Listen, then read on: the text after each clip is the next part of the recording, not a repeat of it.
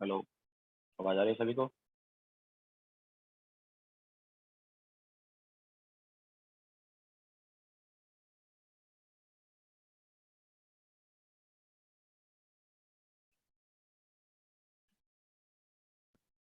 Okay, so good morning to all. तो last lecture में हमने एन फैक्टर वगैरह निकलवाया था। नाउ नेक्स्ट हम लेंगे यहाँ पर इक्विवेलेंट वाला कॉन्सेप्ट एंड देन उसको यूज करके स्टोइचियोमेट्री वाली प्रॉब्लम्स हैं उनको सॉल्व करेंगे। तो नेक्स्ट हम यहाँ पर लेंगे कॉन्सेप्ट ऑफ इक्विवेलेंट।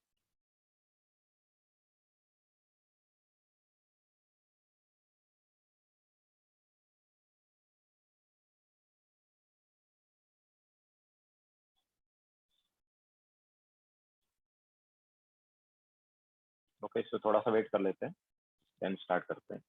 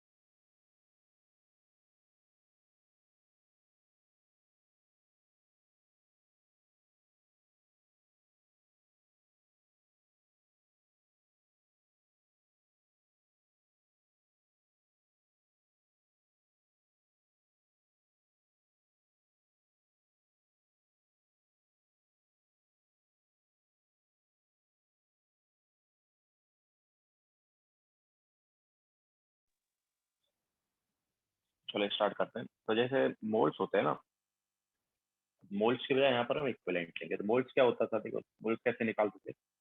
वेट अगर हम हमें दिया है, जैसे मोलार मास से डिवाइड करते थे तो क्या आता था, मोल्स आ जाता था ना। वैसे ही नंबर ऑफ इक्विवेलेंट होगा। तो नंबर ऑफ इक्विवेलेंट या फिर ग्राम इक्विवेलेंट भी बोल देते हैं।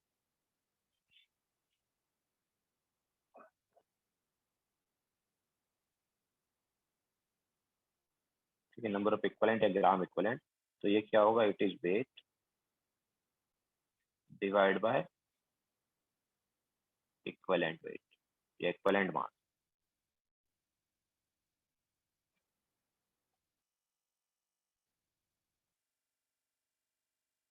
ठीक है, वेट को इक्विवेलेंट वेट से अगर हम डिवाइड करेंगे तो हमें क्या मिलेगा, नंबर ऑफ इक्विवेलेंट। एक तो ये फॉर्मूला हो गया हमारे पास नंबर ऑफ इक्विवेलेंट निकालने का। इसके अलावा देखो, वेट अपॉन इक्विवेलेंट वेट जो है, इसको हम और क्या लिख सकते हैं। तो इक्विवेलेंट वेट जो है ये क्या हो जाएगा, इक्विवेलेंट वेट को हम molar mass by N factor लिख सकते हैं क्या। तो weight in gram divide by equivalent weight को क्या लिख सकते हैं, molar mass by N factor.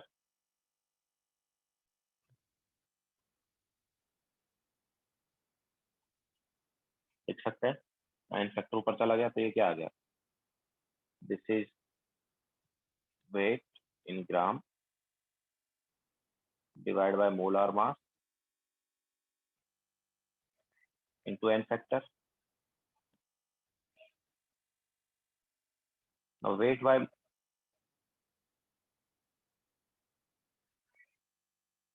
अरे इक्विवेलेंट वेट क्या होता था, molar mass by N factor ही होता था ना भाई। हर्ष इक्विवेलेंट वेट क्या होता था, molar mass by N factor ही था ना। तो वेट अपॉन एक मोलार मास क्या हो गया, वेट अपॉन मोलार मास क्या हो गया, नंबर ऑफ मोल्स हो गया ना। तो number of equivalent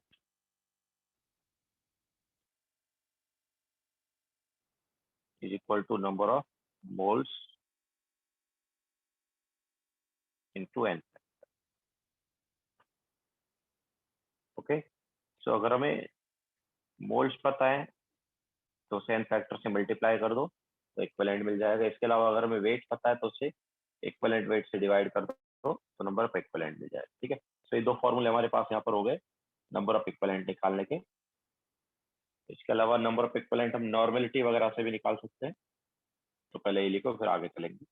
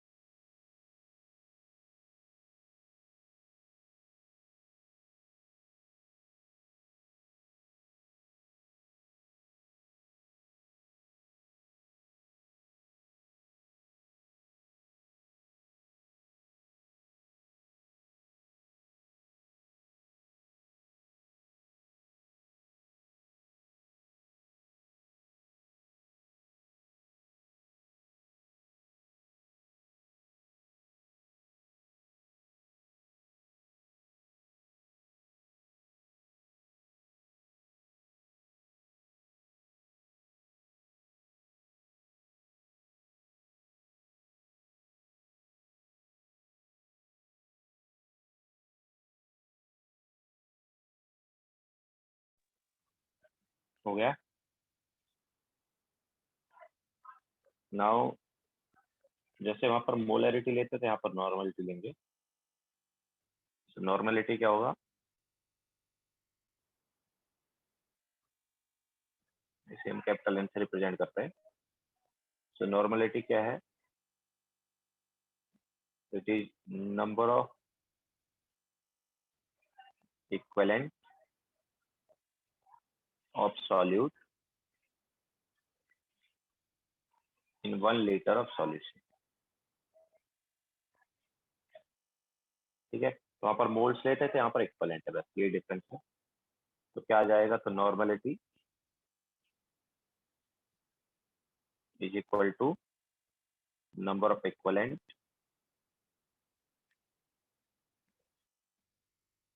divide by volume, किसमें, लीटर, वॉल्यूम ऑफ सॉल्यूशन किसमें है, लीटर। ठीक है, तो ये नॉर्मलिटी निकालने का फॉर्मूला हो गया। नाउ अगर हम क्रॉस मल्टीप्लाई करेंगे तो क्या मिलेगा, अगर हम क्रॉस मल्टीप्लाई करेंगे तो क्या मिलेगा, नॉर्मलिटी इंटू वॉल्यूम क्या हो जाएगा, नंबर ऑफ इक्विवेलेंट ना। तो नंबर ऑफ इक्विवेलेंट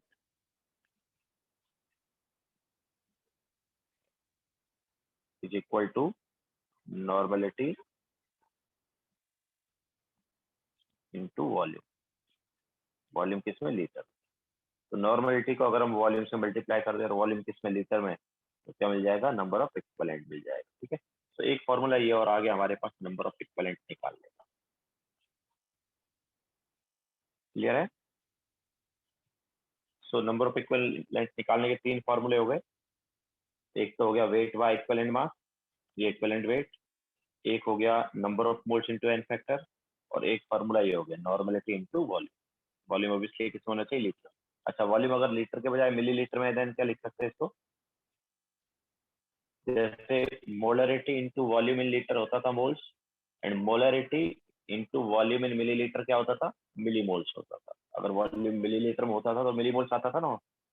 तो अगर हम यहाँ पर मोलरिटी की बजाय नॉर्मलिटी ले, ठीक है, एंड वॉल्यूम लीटर के बजाय मिलीलीटर अगर हम ले लें, ठीक है, normality into volume in litre तो इक्वलेंट हो गया, लेकिन normality into volume in millilitre क्या हो जाएगा, मिली इक्वलेंट हो जाएगा ना।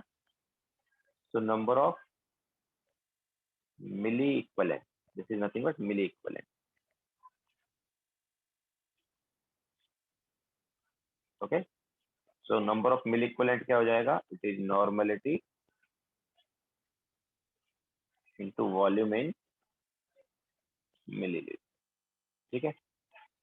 सो अगर वॉल्यूम मिलीलीटर में दिया है तो हमें मल्टीप्लाई करके क्या मिलेगा, मिली इक्वलेंट मिलेगा।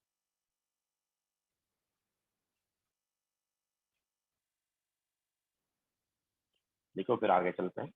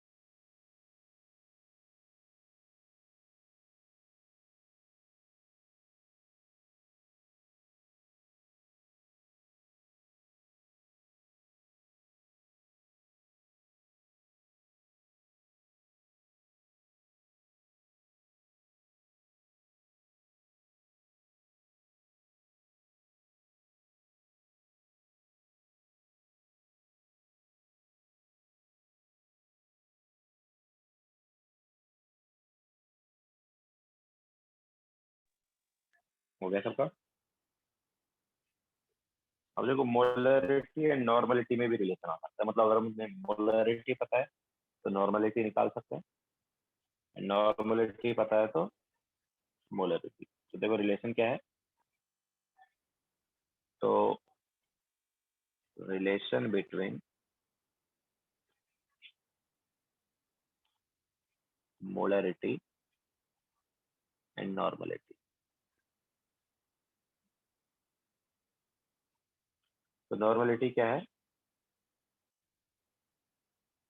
It is number of moles divide by volume in litre, sorry number of equivalent divide by volume in litre. अब देखो नंबर ऑफ इक्विवेलेंट को हम क्या लिख सकते हैं, नंबर ऑफ इक्विवेलेंट को हम लिख सकते हैं number of moles into n factor, लिख सकते हैं या नहीं। नंबर ऑफ इक्विवेलेंट देखो, number of moles into n factor होता है ना, यहाँ पर देखो, ठीक है। नंबर ऑफ इक्विवेलेंट फैक्टर, ठीक है, डिवाइड बाय कर दिया हमने volume. Number of moles by volume क्या हो गया, number of moles by volume in litre क्या हो गया, मोलरिटी हो गया ना। तो normality is equal to molarity into n factor. अगर हमें मोलरिटी पता है तो उसे एन फैक्टर से मल्टीप्लाई करने पर क्या मिल जाएगा, नॉर्मलिटी मिल जाएगा। ओके, तो ये नॉर्मलिटी एंड मोलरिटी में रिलेशन आ गया। देखो फिर आगे चलते हैं।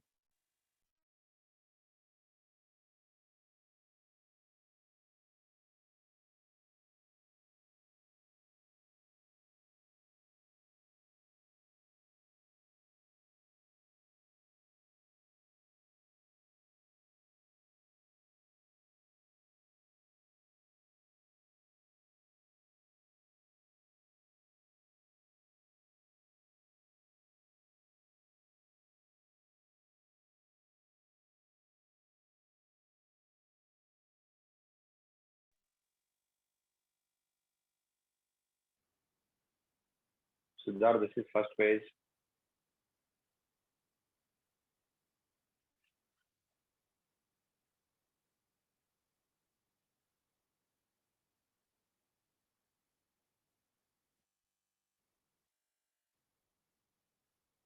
This is second page.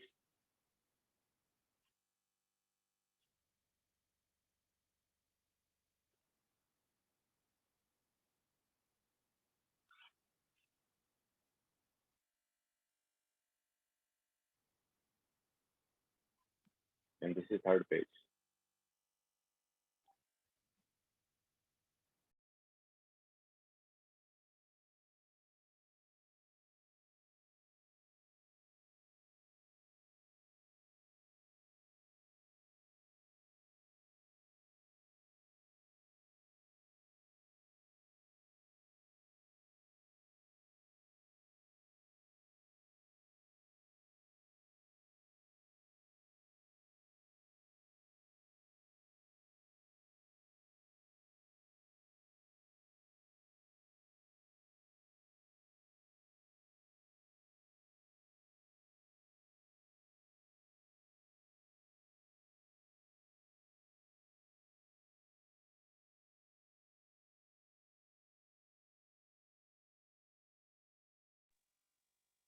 Okay, now अब हम चलेंगे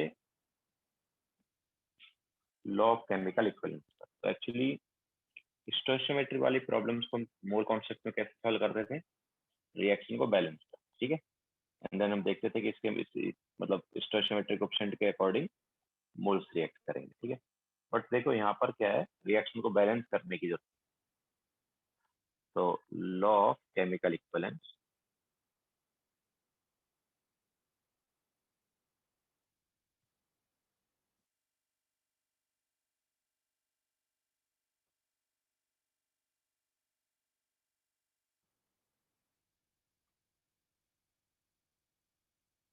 तो लॉ ऑफ केमिकल इक्विवेलेंस क्या बोलता है, जैसे हमारे पास मान लो रिएक्टेंट है ए एंड बी और बाद में प्रोडक्ट बन रहा है सी और डी।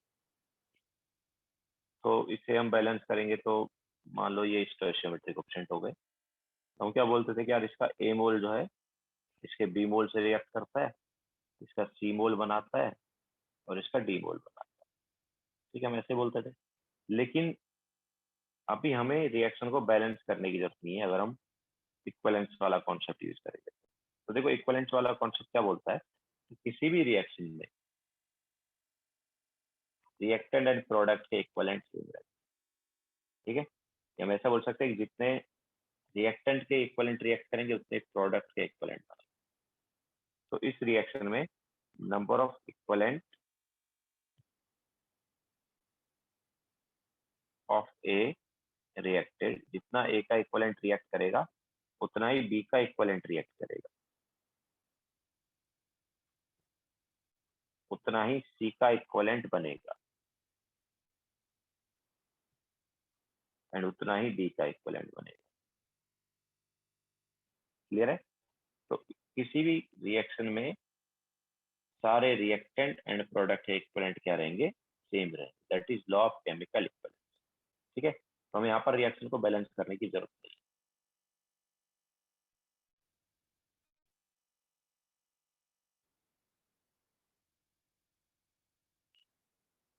ओके, तो अब हम क्या इस पे क्वेश्चंस लेंगे। तुम्हें प्रैक्टिस कराएंगे क्वेश्चंस की और बताएंगे कि कैसे सॉल्व करते हैं इस टाइप का प्रॉब्लम।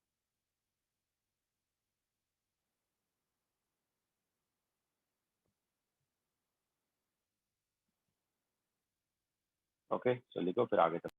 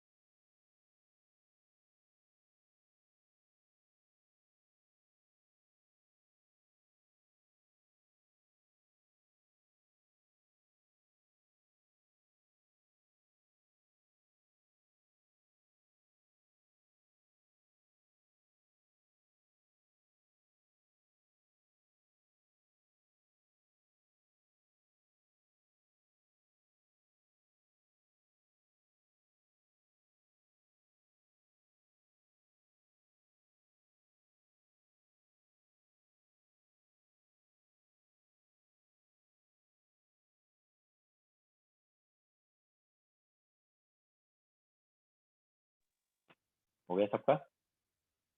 तो चलो अभी क्वेश्चन लेते हैं।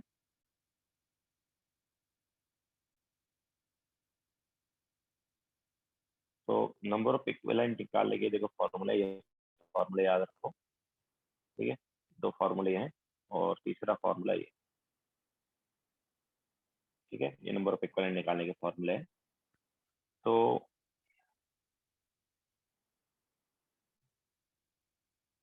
होम असाइनमेंट 1 का क्वेश्चन नंबर 4, होम असाइनमेंट 1 का क्वेश्चन नंबर 4 करो।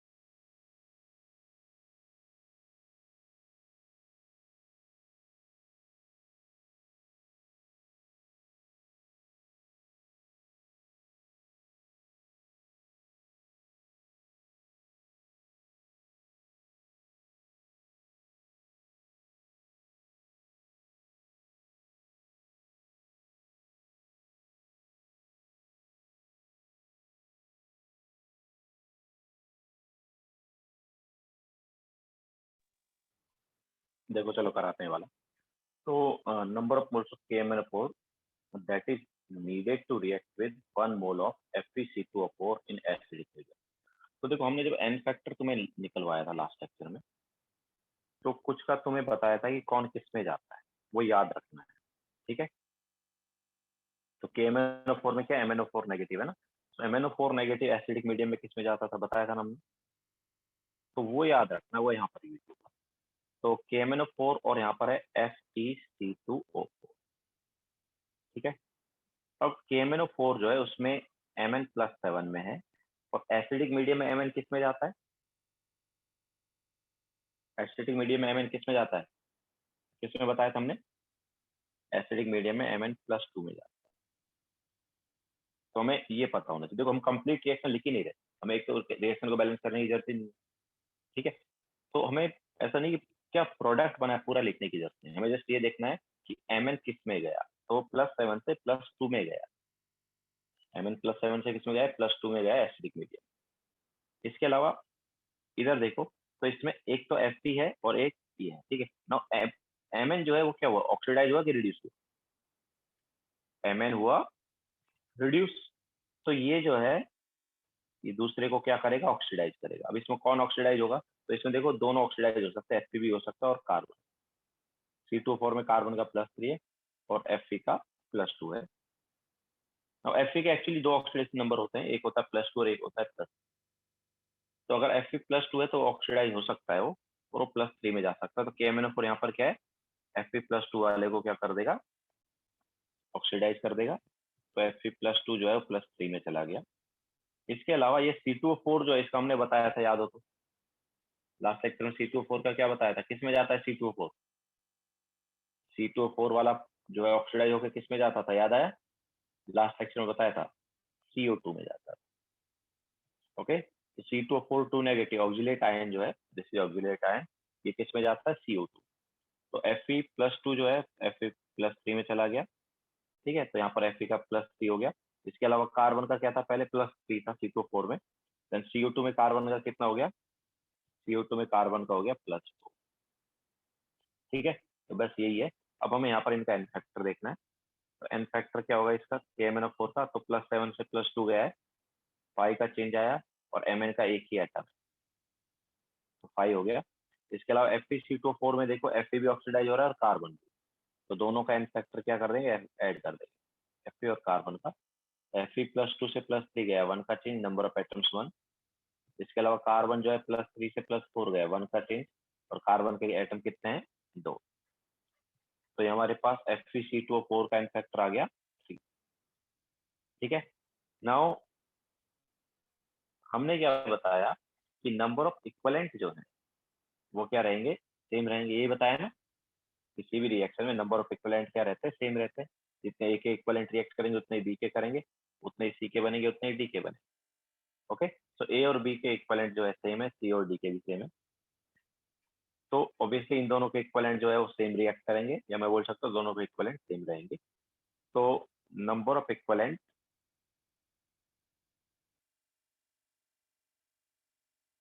of KMnO4 is equal to number of equivalent of FeC2O4। Okay, मान लो, अब देखो KMnO4 का हमें मोल्स निकालना है, तो मान लो KMnO4 का मोल्स है, और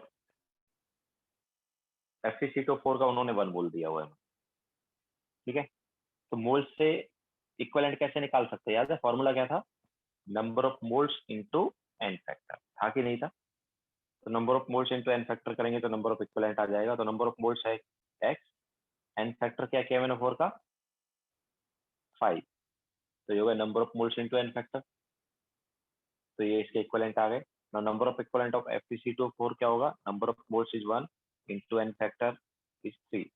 एक्स यहाँ से क्या आया, एक्स आ गया यहाँ से 3/5। ओके, सो दैट्स इट, ये हो गया। तो हमने देखो रिएक्शन को बैलेंस ही नहीं किया, जैसे हमने बताया कि बैलेंस रिएक्शन की जरूरत नहीं है, इसके अलावा कंप्लीट रिएक्शन की भी देखो जरूरत नहीं, हमें जस्ट ये पता होना चाहिए कि कौन ऑक्सीडाइज होकर किस में जाएगा और रिड्यूस होके किस में जाएगा।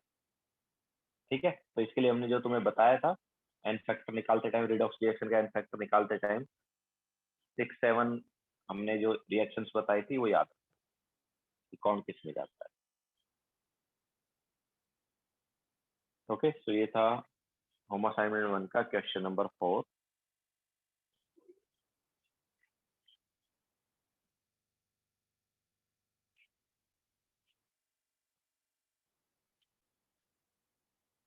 ना इसके बाद क्वेश्चन नंबर 3 करो, होम असाइनमेंट 1 का ही क्वेश्चन नंबर 3।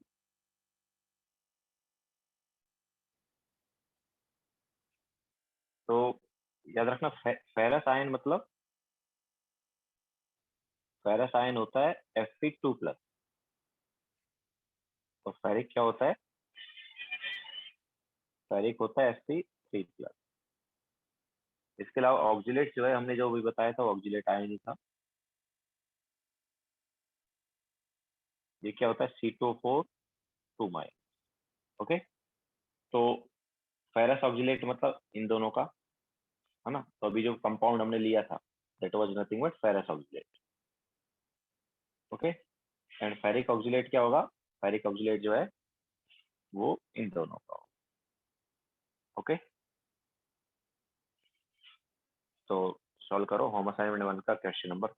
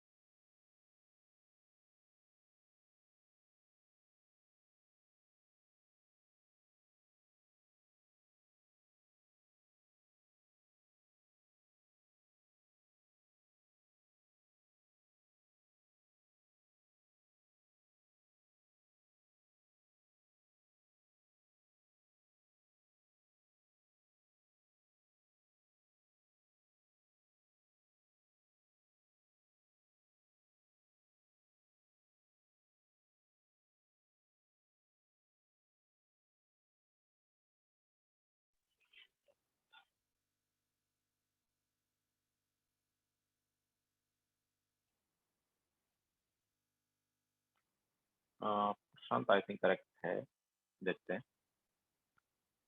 और किसी का आंसर?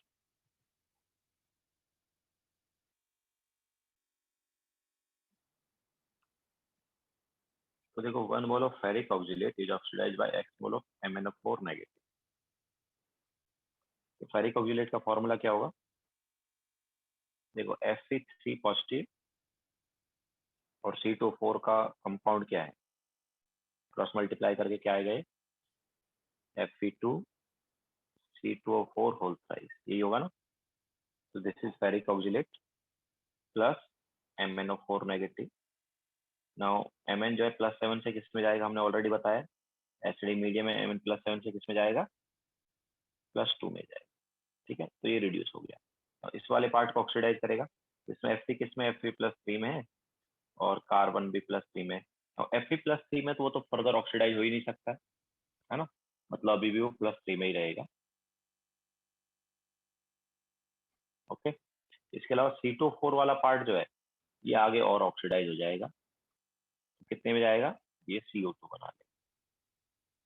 ओके, तो MnO4 नेगेटिव रिड्यूस हो रहा है, तो दूसरे को ऑक्सीडाइज करेगा, और ऑक्सीडाइज किसको करेगा? यहाँ पर Fe को नहीं कर सकता बिकॉज Fe ऑलरेडी +3 में, तो किसको रिड्यूस ऑक्सीडाइज करेगा? C2O4। तो एन फैक्टर क्या हुआ है आप दोनों का? तो देखो यहाँ पर Fe का तो चेंज नहीं हो रहा है, कार्बन का चेंज हो रहा है। कितना चेंज हुआ? कार्बन का 1, and number of atoms carbon के कितने? 6 है ना, तो एन फैक्टर 6 आ गया। इसके अलावा MnO4 नेगेटिव का तो ऑब्वियसली हमें पता है 5 चेंज है, नंबर ऑफ एटम्स 1, तो 5 आ गया। तो Fe2 वाले का ये मतलब फेरिक ऑक्सीलेट का 1 मोल था और MnO4 नेगेटिव का x मोल। तो इक्वेशन क्या आई? Number of moles into n factor that is 6 is equal to number of moles into n factor। Okay, ये हमारे पास फर्स्ट इक्वेशन आ गई। नाउ सिमिलरली फेरस ऑक्सीलेट वाला देख लेते हैं। तो FeC2O4 plus MnO4 negative gives Mn2 positive plus, अब देखो ये +7 से +2 गया है, ठीक है, तो ये रिड्यूस हो गया। इसके अलावा ये हमने ऑलरेडी देख चुके हैं कि ये +2 में था और ये +3 में था, तो Fe+3 में ऑक्सीडाइज हो जाता है और C2O4 वाला जो है CO2 में चला जाता है, ठीक है, जो +4 है। तो यहाँ पर एन फैक्टर क्या था? एन फैक्टर क्या था इधर? FeC2O4 का एन फैक्टर कितना आया? 2 से 1 में चेंज हुआ ना, सॉरी 2 से 3 में गया तो 1 का चेंज हुआ, ठीक है। तो Fe की वजह से 1 आया और C2O4 की वजह से 2 आया, 3 था ना इसका एन फैक्टर, थोड़ी देर पहले निकाला, एंड एन फैक्टर इसका कितना है? 5, ठीक है। तो यहाँ पर इक्वेशन क्या आएगा?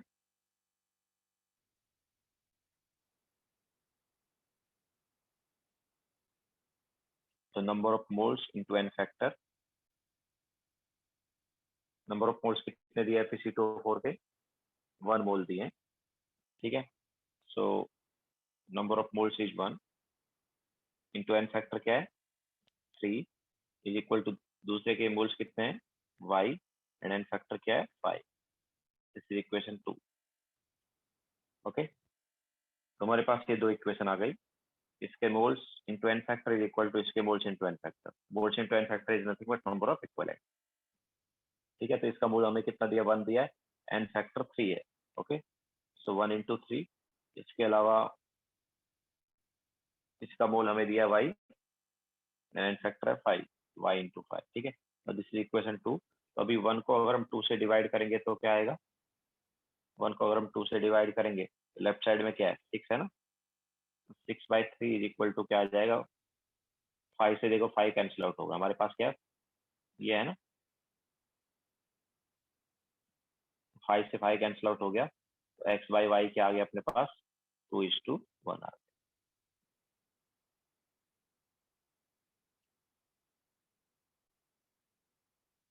क्लियर है सभी को?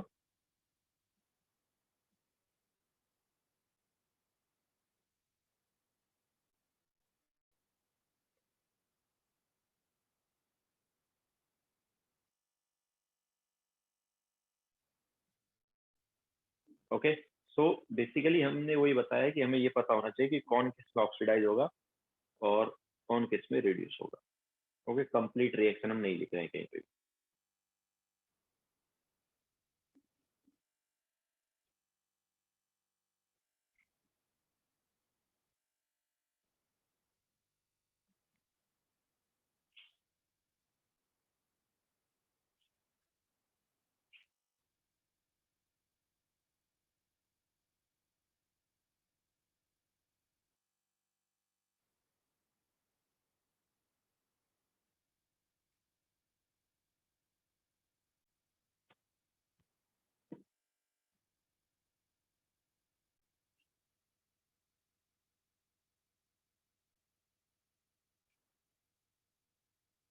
लिख लिया सबने?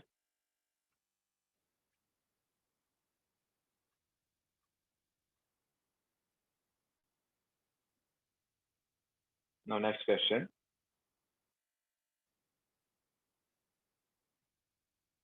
तो नेक्स्ट है होम असाइनमेंट 3 का क्वेश्चन नंबर 5। होम असाइनमेंट 3 का क्वेश्चन नंबर 5।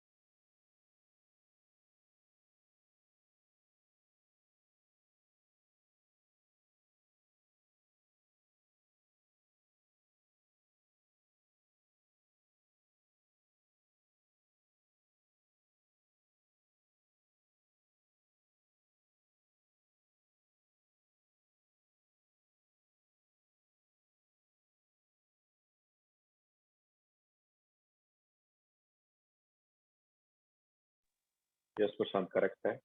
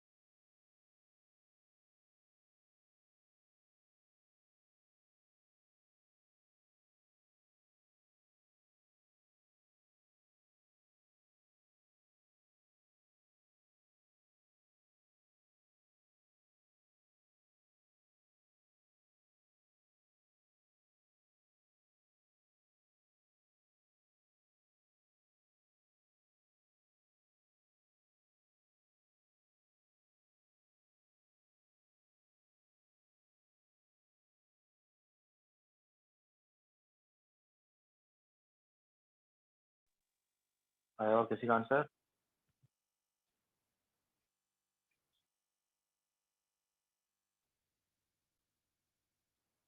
देखो what are number of moles of AS2S3 oxidise.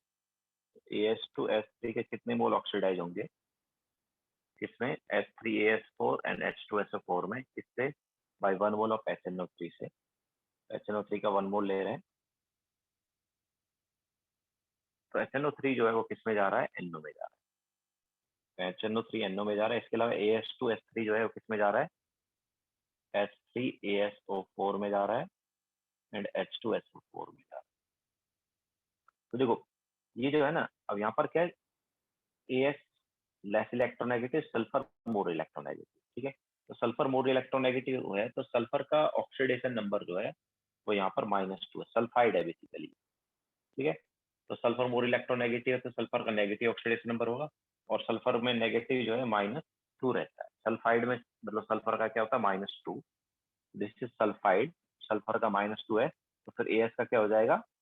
AS का +3 हो जाएगा, ठीक है। तो AS का +3 है इसमें और सल्फर का -2।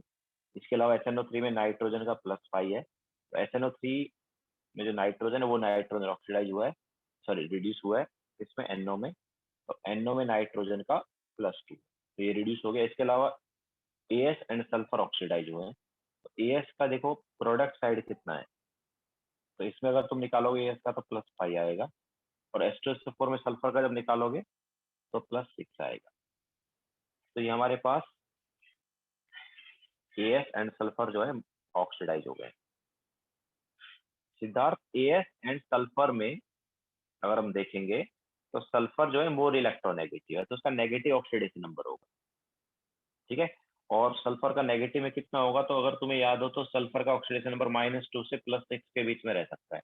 रूल्स में हमने लिखवाया था पी ब्लॉक के लिए कहाँ से कहाँ तक वेरी करता है ऑक्सीडेशन नंबर, तो -2 से +6 हो सकता है सल्फर का, ठीक है। तो नेगेटिव में इसका -2 रहता है। सल्फाइड आयन जो होता है ना, जैसे ऑक्साइड है ना, ऑक्साइड का क्या होता है? -2 होता है ऑक्साइड में ऑक्सीजन का, वैसे ही सल्फर का -2 रहता है, ओके। तो क्योंकि सल्फर जो है 2 इलेक्ट्रॉन लेके एक तरह से क्या अपना ऑक्टेट कंप्लीट करता है, इसको ऐसे सोच सकते हो। तो हाँ, नाउ एन फैक्टर क्या आएगा? तो AS का देखो चेंज कितना हुआ, 3 से 5 गया, तो 2 का चेंज आया, okay, and number of atoms 3, plus sulphur का कितना चेंज है? -2 से +6, कितने का चेंज? 8 का चेंज है, और नंबर ऑफ एटम्स कितने हैं? सॉरी कुछ मिस्टेक किया ना, AS का 2 का चेंज और नंबर ऑफ एटम्स 2 है। इसके अलावा सल्फर जो है उसका 8 का चेंज और number of atoms of sulphur कितने हैं? 3 है। तो कितना आ गया? 24 + 4 28 आया। इसके अलावा HNO3 का कितना चेंज हुआ? +5 से +2, 3 का चेंज है, तो एन फैक्टर इसका क्या होगा? 3 होगा, ठीक है। नाउ AS2S3 जो है उसके मोल्स हमें निकालने हैं, मान लो उसके X मोल है और HNO3 का 1 मोल, तो दोनों के इक्विवेलेंट इक्वेट कर देंगे। So number of moles into n factor is equal to number of moles into n factor. तो यहाँ से X की वैल्यू क्या आ रही है? 3/28। क्लियर है?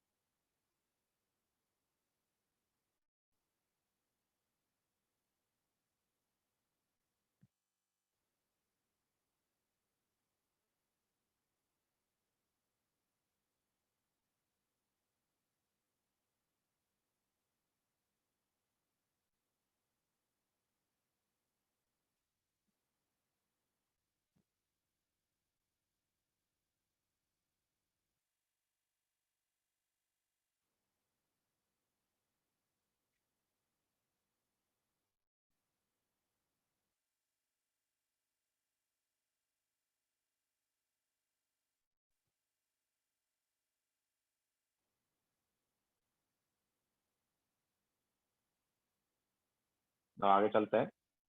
तो नेक्स्ट क्वेश्चन है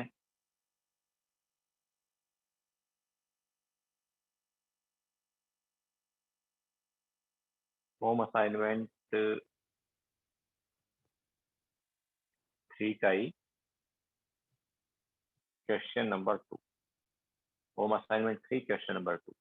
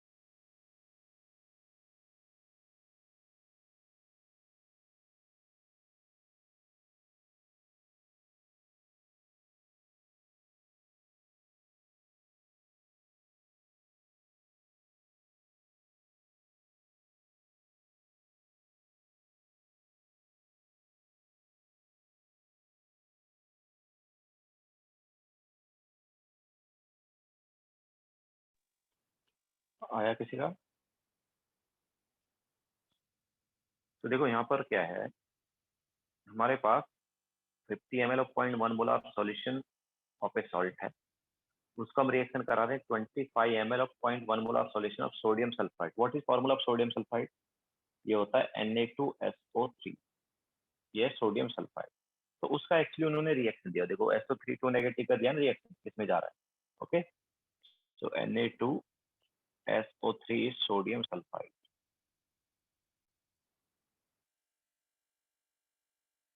ठीक है, तो हमें पूरे की जरूरत नहीं है, हमें जस्ट ये देखना है कि सल्फाइड वाला पार्ट किसमें जा रहा है। तो सल्फाइड वाला किसमें जा रहा है? SO4 2 नेगेटिव, मतलब सल्फेट में जा रहा है। ठीक है, तो हमारे पास कोई एक सॉल्ट है, इसको सॉल्ट 1 ले लेते हैं, इसका रिएक्शन किया जा रहा है सोडियम सल्फाइड के साथ, या इसको लिख सकते हैं हम SO3 2 नेगेटिव। फिर ये SO3 2 नेगेटिव जो है किसमें चला गया? ये चला गया SO4 2 नेगेटिव में, और ये जो सॉल्ट है इसने कोई नया सॉल्ट बनाया हुआ, उसमें ऑक्सीडेशन नंबर मेटल का चेंज हो गया। ठीक है, नाउ सल्फाइड में जो सल्फर है वो +4 है, यहाँ पर जब निकालेंगे +4, और इसमें जब निकालेंगे तो +6 है। ठीक है, तो इसका ऑक्सीडेशन नंबर जो है वो क्या हो गया? इंक्रीज हो गया। इसके अलावा ये जो सॉल्ट है इसमें मेटल का जो ऑक्सीडेशन नंबर था ये था +3। अब देखो नया जो सॉल्ट बनेगा उसमें मान लो इसका ऑक्सीडेशन नंबर है N, तो सॉल्ट जो है सॉरी ये सल्फाइड जो है, ये सल्फर जो है ऑक्सीडाइज हुआ है, तो ये क्या होगा? सॉल्ट जो है क्या होगा? रिड्यूस होगा। ठीक है, एन फैक्टर जब निकालेंगे तो क्या एन फैक्टर क्या लेते हैं? चेंज लेते हैं ना, और देखो एन फैक्टर हमेशा पॉजिटिव लिया जाता है, तो चेंज में क्या करेंगे? हायर माइनस लोअर करते हैं। ठीक है, तो +3 और एन में से कौन हायर होगा? सल्फर ऑक्सीडाइज हुआ है, याद रखना, तो सॉल्ट का मेटल क्या होगा? रिड्यूस होगा। ये सॉल्ट का मेटल जो है क्या हुआ होगा? रिड्यूस हुआ होगा। ठीक है, तो इनिशियल ऑक्सीडेशन नंबर जो है वो क्या रहा होगा? हायर रहा होगा। तो एन फैक्टर इसका क्या आ जाएगा? 3 माइनस एन आ जाएगा। चेंज इन ऑक्सीडेशन नंबर क्या हो गया? 3 माइनस एन। इसके अलावा नंबर ऑफ एटम्स हमें कुछ दिए नहीं है। ठीक है, नंबर ऑफ एटम्स मतलब उस मेटल के एक हैं या दो हैं, कितने एटम्स हैं वो हमें दिए नहीं है, तो हम एक ही मान के चलेंगे कि सॉल्ट में मेटल का एक ही एटम है। ठीक है, फिर एन फैक्टर ऑफ सल्फाइड क्या होगा? तो +4 से +6 गया, तो 2 का चेंज, और नंबर ऑफ एटम्स 1, तो 2 आ गया। ओके, तो ये सॉल्ट का एन फैक्टर हो गया, सोडियम सल्फाइड मतलब कि सल्फाइड का एन फैक्टर हो गया। नाउ सॉल्ट का हमें दिया 50 ml एंड 0.1 मोलार, मतलब कितना हो गया? This is nothing but 5 millimole. और सोडियम सल्फाइड का कितना दिया है? 25 ml ऑफ 0.1 मोलार, मतलब 2.5 मिली। ओके, सो दोनों के नंबर ऑफ इक्विवेलेंट क्या आने चाहिए? सेम आने चाहिए ना, तो number of moles into n factor is equal to number of moles into n factor. Okay, तो 2.5 इंटू 2 क्या हुआ? 5 हुआ ना। तो देखो 3 माइनस एन क्या आ गया? 1 आ गया, तो एन की वैल्यू क्या आ गई? 2 आ गई क्या? तो जो मेटल है उसका ऑक्सीडेशन स्टेट या ऑक्सीडेशन नंबर नए वाले सॉल्ट में क्या होगा? 2 होगा। ओके, तो ये हो गया question number 2।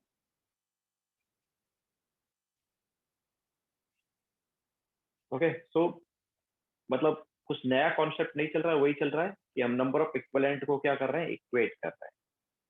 Okay, number of equivalent जो उनको क्या कर रहे हैं? इक्वेट कर रहे हैं। और जनरली उसके लिए कौन सा फॉर्मूला यूज कर रहे हैं? Number of moles into n factor, क्योंकि नंबर ऑफ इक्विवेलेंट क्या है? Number of moles into n factor.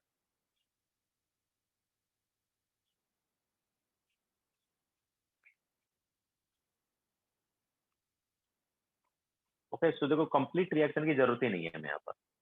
ठीक है, जितने भी क्वेश्चन अभी तक हमने किए 3-4 क्वेश्चन, उनमें हम देख सकते हैं कि कंप्लीट रिएक्शन की जरूरत नहीं है। हमें जस्ट ये पता होना चाहिए कि कौन किसमें जा रहा है। ओके, या एन फैक्टर पता होना चाहिए किसका क्या हो। अब देखो इसके अलावा हम इक्विवेलेंट मास के क्वेश्चन भी एक्चुअली इस कॉन्सेप्ट को यूज करके सॉल्व कर सकते हैं। तो ऐसे क्वेश्चन जिसमें हमें ये दिया है कि यार ये इतना डिस्प्लेस हो रहा है या इतना कंबाइन हो रहा है, मतलब रिएक्शन फॉर्म में एक तरह से हमें क्वेश्चन दिया हुआ है, तो वहां पर इक्विवेलेंट मास हम निकाल पाएंगे। तो अभी हम क्वेश्चन लेके देख लेते हैं। तो होम असाइनमेंट 2 का क्वेश्चन नंबर 1 देखो, उसमें बोला है कि 0.1 ग्राम ऑफ मेटल है, gave on reaction with dilute acid at STP 34.2 ml hydrogen gas, equivalent weight of metal क्या हो। ठीक है, तो हमारे पास मेटल जो है उसने रिएक्शन किया एसिड के साथ, HCl या कुछ भी हो गया, एसिड के साथ रिएक्शन किया, और उसने क्या दिया, ऑब्वियसली सॉल्ट बना लेगा। जैसे मान लो मेटल अपने पास Na है, ये HCl है, तो ये NaCl बन गया। ठीक है, साथ में हाइड्रोजन गैस निकल। ठीक है, मेटल जब रिएक्ट करता है किससे, एसिड से, तो सॉल्ट बनता है और साथ में हाइड्रोजन गैस निकलती है। अब उन्होंने क्या बोला है कि ये जो मेटल है ना, ये है अपने पास 0.1 ग्राम, और जो हाइड्रोजन गैस निकली है ना वो है 34.2 ml। अब देखो 34.2 ml हो गया, तो इसके मोल्स कितने आ गए, 34.2 डिवाइड बाय 22400, ये इतने मोल्स होंगे ना, क्योंकि एनटीपी एसटीपी, ऑब्वियसली एसटीपी लिखा है, उसको एनटीपी वाला ही ले लो। तो एनटीपी पर मोल्स निकाल सकते हैं ना, डिवाइड बाय 22400 करके, अगर एमएल में वॉल्यूम दिया है तो ये हमें इसके मोल्स मिल गए। नाउ देखो, मेटल और हाइड्रोजन के इक्विवेलेंट सेम होंगे, होंगे कि नहीं होंगे, number of equivalent of metal is equal to number of equivalent of hydrogen.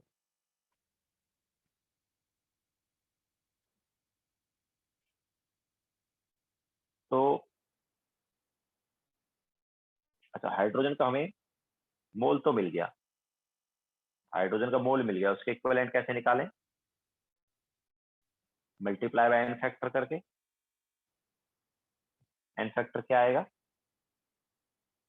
देखो इसका हाइड्रोजन का जो ऑक्सीडेशन नंबर है ये 0 है H2 में। ठीक है, और एसिड में क्या है, एसिड में +1। ओके, कोई भी एसिड होगा उसमें +1 होगा, तो एन फैक्टर क्या हुआ, चेंज कितने का है, 0 से +1, चेंज 1 का है, और हाइड्रोजन में नंबर ऑफ एटम्स कितने हैं, 2, तो एन फैक्टर क्या आ गया, 2 आ गया। ओके, सो हमारे पास नंबर ऑफ इक्विवेलेंट मिल जाएंगे, बिकॉज नंबर ऑफ मोल्स पता है, एन फैक्टर भी पता है। अच्छा, मेटल का क्या होगा, एक नंबर ऑफ इक्विवेलेंट, तो मेटल का हमें वेट पता है, वेट से नंबर ऑफ इक्विवेलेंट कैसे निकालते हैं यार, वेट से नंबर ऑफ इक्विवेलेंट कैसे निकालते हैं, weight divide by equivalent weight. मान लो इक्विवेलेंट वेट E है, ओके, मेटल का इक्विवेलेंट वेट क्या है, E, weight upon equivalent weight is equal to, तो ये क्या आ गया, नंबर ऑफ इक्विवेलेंट आ गए किसके, मेटल के, is equal to number of equivalent of H2। तो number of equivalent of H2 क्या होगा, उसके मोल्स हमें पता है कितने हैं, उसके मोल्स है हमारे पास 34.2 डिवाइड बाय 22400, ये मोल्स हो गए, इंटू एन फैक्टर कर दिया, तो उसका इक्विवेलेंट आ गया। ठीक है, तो ये number of equivalent of metal, ये number of equivalent of H2, दोनों सेम होंगे।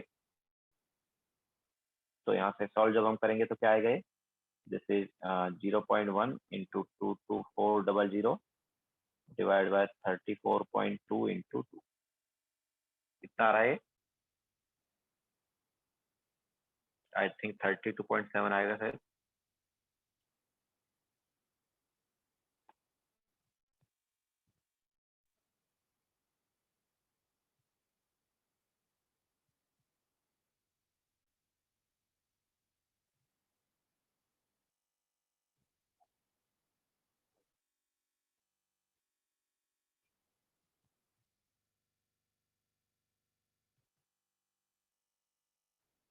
Okay, so 32.7।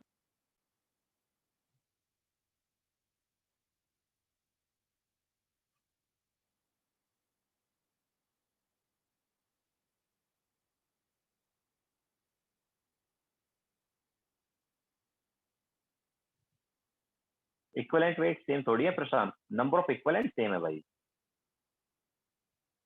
Number of equivalent same है ना, लॉ ऑफ केमिकल इक्विवेलेंस के अकॉर्डिंग नंबर ऑफ इक्विवेलेंट तो सेम ही होंगे ना पर्टिकुलर रिएक्शन में।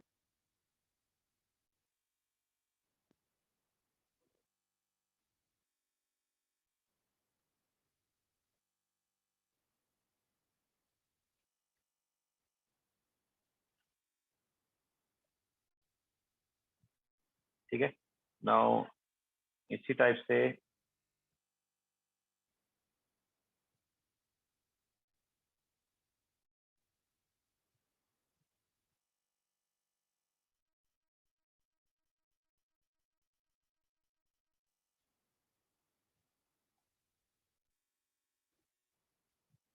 चलो क्वेश्चन नंबर 20 कर लेते हैं।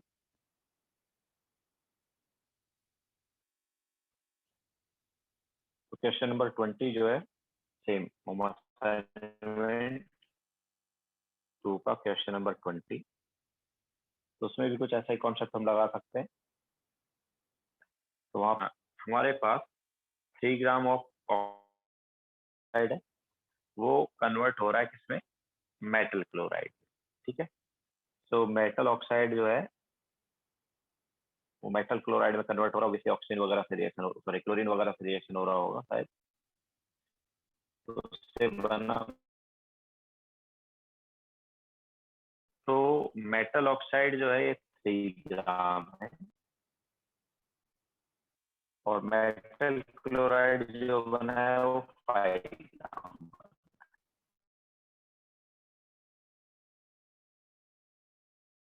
दोनों के नंबर ऑफ इक्विवेलेंट सेम होंगे ना। तो वेट हमें दिया है, वेट से नंबर ऑफ इक्विवेलेंट कैसे निकाल सकते हैं यार? वेट से नंबर ऑफ इक्विवेलेंट निकालने के लिए क्या करना पड़ता है, डिवाइड बाय इक्विवेलेंट मास ना। तो इक्विवेलेंट मास या equivalent weight of metal is E. ठीक है, हमने मेटल का इक्विवेलेंट वेट ई मान लिया। देन मेटल ऑक्साइड का इक्विवेलेंट में वेट क्या होगा, then equivalent weight of metal oxide क्या होगा यार? याद है हमने बताया था कि equivalent weight of ionic compound is equivalent weight of cation plus equivalent weight of anion, बताया था क्या? Equivalent weight of ionic compound is equivalent weight of cation plus equivalent weight of anion. तो यहाँ पर मेटल ऑक्साइड में metal है और oxygen है, तो मेटल का इक्विवेलेंट वेट प्लस ऑक्सीजन का इक्विवेलेंट वेट, ऑक्सीजन का इक्विवेलेंट वेट होता है 8। Okay, now similarly equivalent weight of metal chloride क्या होगा? तो मेटल क्लोराइड में मेटल है और क्लोरीन है, तो मेटल का इक्विवेलेंट वेट प्लस क्लोरीन का इक्विवेलेंट वेट, क्लोरीन का इक्विवेलेंट वेट क्या बताया हमने, 35.5। ओके, तो हमें मेटल ऑक्साइड का इक्विवेलेंट वेट पता है, मेटल क्लोराइड का इक्विवेलेंट वेट पता है, तो नंबर ऑफ इक्विवेलेंट क्या हो जाएगा, नंबर ऑफ इक्विवेलेंट क्या हो जाएगा, वेट बाय इक्विवेलेंट मास ना, वेट बाय इक्विवेलेंट वेट। तो मेटल ऑक्साइड के नंबर ऑफ इक्विवेलेंट क्या होंगे, 3 डिवाइड बाय इक्विवेलेंट वेट कर दिया ई प्लस 8। तो ये आगे number of equivalent of metal oxide is equal to metal chloride के नंबर ऑफ इक्विवेलेंट क्या होंगे, weight is 5 divide by equivalent weight क्या है, ई प्लस 35.5। ठीक है, तो दोनों के नंबर ऑफ इक्विवेलेंट हमने क्या कर दिए, इक्वेट कर दिए। तो यहाँ से क्या आएगा, ये this is 5e plus 40 is equal to 3e प्लस 108.5 आई थिंक। तो यहाँ से क्या आ जाएगा,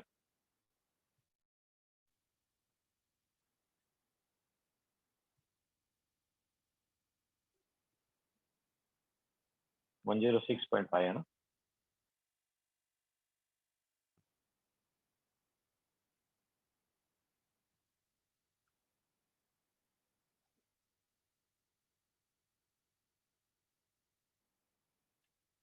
यहाँ से आ जाएगा 33.25।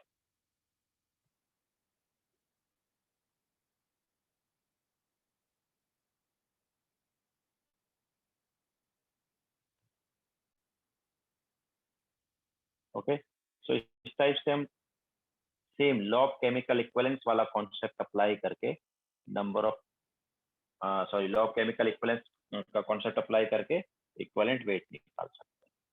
ओके, हमने कुछ नया नहीं किया, ऑब्वियसली सेम वही चीज की है, हमने नंबर ऑफ इक्विवेलेंट को क्या कर दिया, इक्वेट कर दिया। बट अभी हमने number of equivalent in terms of क्या लिखा है, इक्विवेलेंट मास लिखा है या इक्विवेलेंट वेट लिखा है। ओके, नंबर ऑफ इक्विवेलेंट क्या होता है in terms of equivalent weight? Wait upon equivalent wait. तो वेट क्या था?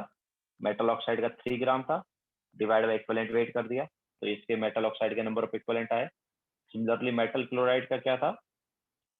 5 ग्राम था वेट, उसको डिवाइड किया उसके इक्विवेलेंट वेट से। ओके, देन ई निकाल लिया।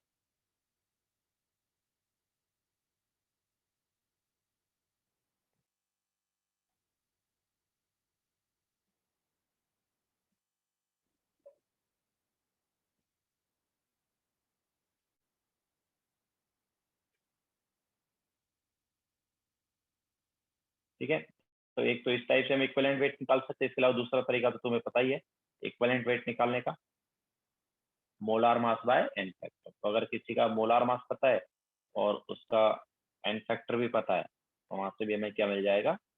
इक्विवेलेंट वेट मिल जाएगा। ओके, तो इस टाइप से हम ये लॉ ऑफ केमिकल इक्विवेलेंस वाला कॉन्सेप्ट अप्लाई करेंगे। तो मेनली प्रैक्टिस करो, प्रैक्टिस से, और मतलब कॉन्सेप्ट तो वही है कि नंबर ऑफ इक्विवेलेंट को इक्वेट करना है, बाकी पूरा प्रैक्टिस बेस्ड है। जितना ज्यादा प्रैक्टिस करोगे उतना ज्यादा ही क्लियर होता जाएगा।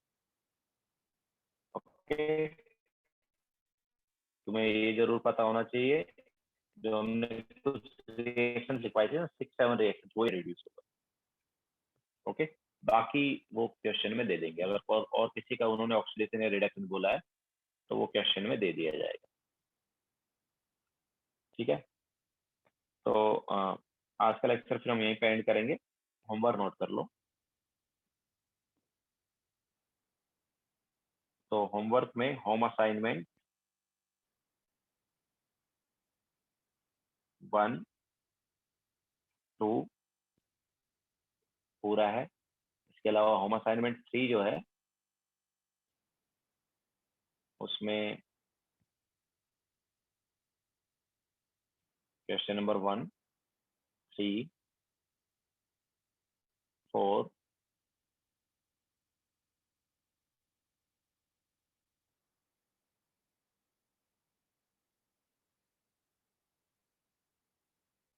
6, 9, 9 से 30। ठीक है, ये आज का होमवर्क रहेगा।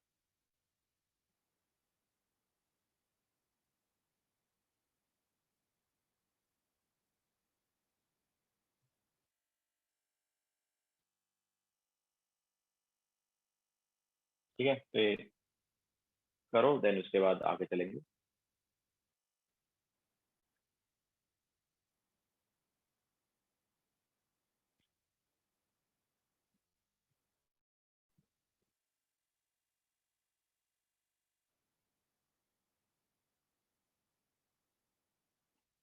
बाय।